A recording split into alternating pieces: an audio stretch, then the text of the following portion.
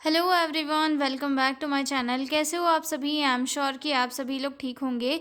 तो चलिए हम लोग आज का वीडियो स्टार्ट करते हैं। इस वीडियो में हम लोग जो है difference between accreditation and affiliation discuss करने वाले हैं। काफ़ी इंपॉर्टेंट क्वेश्चन है जिसे मैं आपको बहुत ही सिंपल और इजी लैंग्वेज में समझाऊंगी। तो चलिए स्टार्ट करते हैं। पहले तो हम ये देखेंगे कि एक्रेडिटेशन एंड एफिलिएशन का मीनिंग क्या होता है। ठीक है, तो एक्रेडिटेशन का मतलब होता है कि अगर मैं हिंदी में बताऊँ तो मान्यता की गुणवत्ता जांच करना। जैसे कि मान लो कोई इंस्टीट्यूट है, अब उस इंस्टीट्यूट में जो सर्विसेज हो रही है, जैसे कि मान लो एक हॉस्पिटल है, अब उस हॉस्पिटल में सही तरीके से स्टैंडर्ड वाली केयर प्रोवाइड करी जा रही है या फिर नहीं करी जा रही है, वहाँ पे स्टाफ सही से है या नहीं है, यहाँ वहाँ पर मतलब जो पूरी फैसिलिटीज़ मिलना चाहिए वो है या नहीं है, ये सारी चीज़ें चेक करना और फिर उसको मान्यता देना क्या कहलाता है? एक्रेडिटेशन कहलाता है। ठीक है, और एफिलिएशन का मतलब होता है एक तरीके से जुड़ाव, यानी कि जो कोई भी इंस्टीट्यूट है वो किसी पर्टिकुलर यूनिवर्सिटी से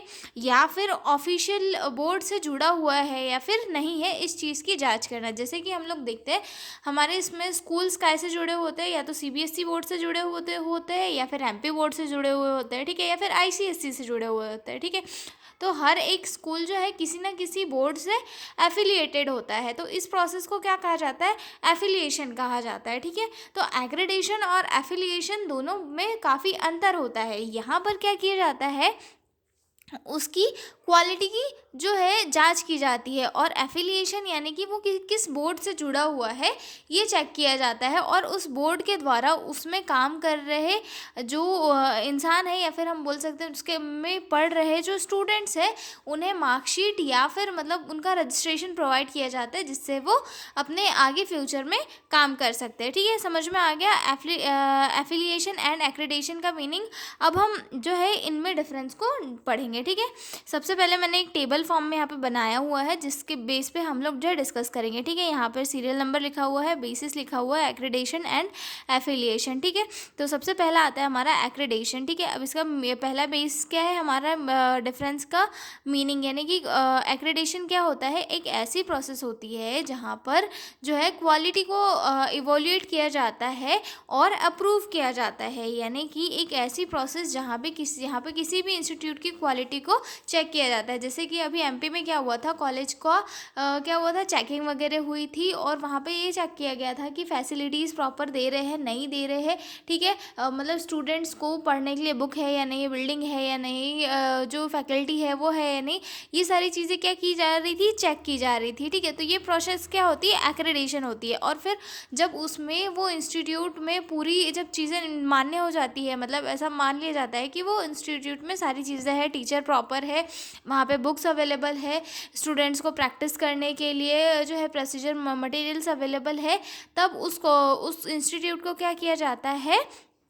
मान्यता दे दी जाती है। ठीक है, तो एक्रेडिटेशन का मतलब क्या होता है? ऐसी प्रोसेस जहाँ पे इवोल्यूट किया जाता है कि कोई भी इंस्टीट्यूशन जो है वो सर्विसेज दे रहा है, वो सर्विसेज देने लायक है या फिर नहीं है। ठीक है, अब दूसरा आता है एफिलिएशन। एफिलिएशन का मतलब क्या होता है कि कनेक्शन विथ अ यूनिवर्सिटी, यानी कि किसी यूनिवर्सिटी और बोर्ड से कनेक्शन होना। जैसे कि मैंने बताया एमपी बोर्ड, सीबीएसई या फिर आईसीएसई, तो ऐसे किसी बोर्ड से कनेक्शन होना जिससे कि उन्हें ये जो है एफिलिएट किया हो, ताकि वो जो है आगे चल के उन्हें रजिस्ट्रेशन नंबर वगैरह प्रोवाइड कर सके। ठीक है, समझ में आ गया इनका मीनिंग क्या है।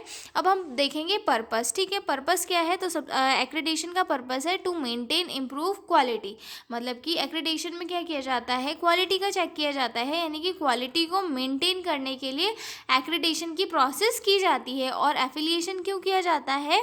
ताकि मतलब डिग्री दी जा सके, to allow colleges to offer courses and give degree, मतलब कि एफिलिएट क्यों किया जाता है? ताकि कोर्सेज को अलाउ किया जा सके और स्टूडेंट्स को डिग्री प्रोवाइड करी जा सके। ठीक है, मतलब अब एफिलिएट होना यानी कि उनके अंडर काम करना, कि उस पर्टिकुलर कॉलेज में या फिर इंस्टीट्यूट में जो है किस अकॉर्डिंग काम होगा। जैसे कि सीबीएसई स्कूल है तो वहाँ पे सीबीएसई के अकॉर्डिंग काम होगा, सीबीएसई बोर्ड वहाँ पे एग्ज़ाम पैटर्न वगैरह लॉन्च करेगा, और सारी चीज़ें जो है मार्कशीट पहुँचाने से लेकर हर एक चीज़ कौन करेगा? सीबीएसई बोर्ड करेगा।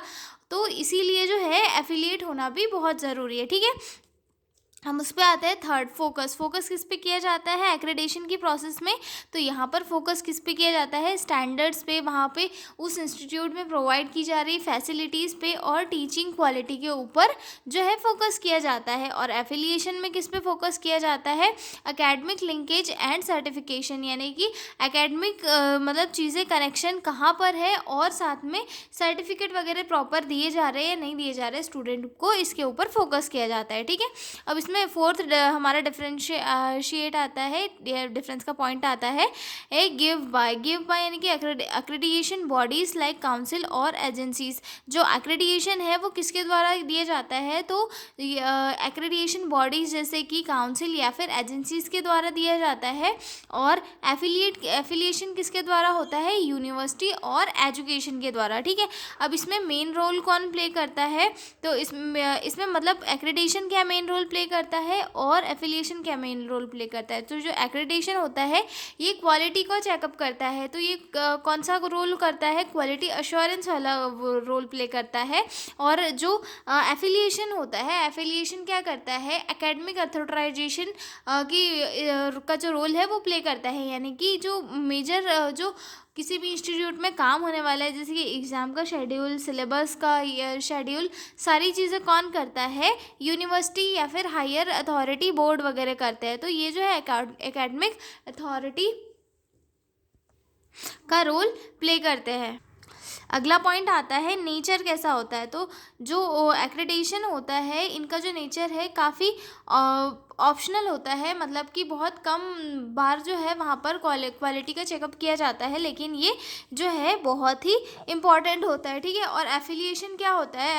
एफिलिएशन काफ़ी कंपलसरी होता है, मतलब कि क्योंकि डिग्री वगैरह है, जो कोर्स है, सिलेबस है, जो भी मतलब कोर्सेज है, वो सारी चीज़ें कौन अलॉट करता है? यूनिवर्सिटी या फिर एजुकेशन बोर्ड अलॉट करता है। तो हर किसी इंस्टीट्यूट के लिए जो एफिलिएशन बहुत ज़रूरी होता है। एक्रेडिटेशन मतलब ऑप्शनल होता है कि अगर उन्हें मान्यता पूरी चाहिए, क्वालिटी चेक चाहिए, अपनी जो भी रैंकिंग है उसे बढ़ाना है, तो वो एक्रेडिटेशन करवाते हैं। ठीक है, उसके बाद आता है एरिया ऑफ इवोल्यूशन। मतलब एरिया ऑफ इवोल्यूशन यानी कि किन एरिया साइड में जो है इवोल्यूट किया जाता है। ठीक है, तो यहाँ पे एक्रेडिटेशन की प्रोसेस में किन एरियाज़ को इवोल्यूट किया जाता है? तो किसी भी इंस्टीट्यूट के इंफ्रास्ट्रक्चर को, स्टाफ को, टीचिंग को, पेशेंट केयर को जो है इवोल्यूट किया जा रहा है कि सही तरीके से दे रहे हैं या फिर नहीं दे रहे हैं, मतलब क्वालिटी ऑफ केयर या फिर क्वालिटी ऑफ एजुकेशन मिल रहा है या फिर नहीं मिल रहा है, इस चीज़ को चेक किया जाता है। और एफिलिएशन में क्या किया जाता है? कोर्स स्ट्रक्चर और यूनिवर्सिटी के रूल्स के ऊपर जो है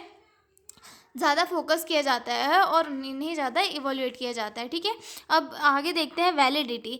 वैलिडिटी कितनी होती है इनकी? तो एक्रेडिटेशन का जो होता है उसका जो है लिमिटेड पीरियड होता है, मतलब बार बार जो बोर्ड आते हैं या फिर एक्रेडिटेशन कमेटी होती है वो बार बार आकर जो है रिन्यू करते जाते हैं, मतलब रिन्यू करते जाते हैं कि भाई पर्टिकुलरली एक बार करा दिया, उसके बाद तो कहीं इन लोगों ने झोल तो नहीं कर लिया या फिर कुछ गड़बड़ तो नहीं कर दी, तो बार बार जो है चेकअप होते रहते हैं। ठीक है, और एफिलिएशन जो होता है लॉन्ग टर्म होता है और परमानेंट होता है। ठीक है, उसके बाद एग्जांपल जैसे कि inspection and grading of a nursing college, जैसे कि एग्जांपल के लिए किसी नर्सिंग कॉलेज का इंस्पेक्शन और ग्रेड करना, और इसमें एफिलिएशन यानी कि कॉलेज का किसी यूनिवर्सिटी से अटैच होना क्या कहलाता है? एफिलिएशन कहलाता है। ठीक है, तो ये हो चुका है हमारा एफिलिएशन एंड एक्रेडिटेशन में डिफरेंस यहीं पे कंप्लीट। अब हम मिलेंगे अगली वीडियो में एक नए क्वेश्चन के साथ, और अगर आपको पीडीएफ नोट्स की रिक्वायरमेंट हो तो डिस्क्रिप्शन में मेरा मेल दिया हुआ है, आप उस पर कांटेक्ट करके पीडीएफ नोट्स ले सकते हो। ठीक है, तो मिलते हैं हम लोग अगले वीडियो में, तब तक के लिए